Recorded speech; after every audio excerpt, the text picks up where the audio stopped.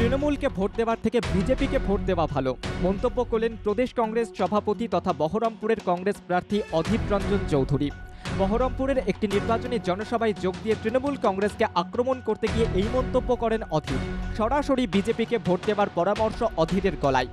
বহরমপুর লোকসভা কেন্দ্রে এবারের নির্বাচনে অধীর চৌধুরীর প্রধান প্রতিপক্ষ তৃণমূল কংগ্রেস প্রার্থী ইউসুফ পাঠান।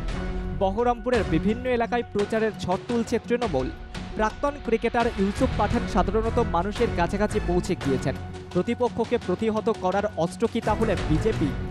রাজনৈতিক ওয়াকিবহাল মহলের একাংশ বলছে ইউসুফ পাঠান প্রার্থী হওয়ায় ভয় পেয়ে গিয়েছেন অধীর, আর তাই নির্বাচনী প্রচারে বেরিয়ে মেজাজ হারাচ্ছেন কংগ্রেস প্রার্থী।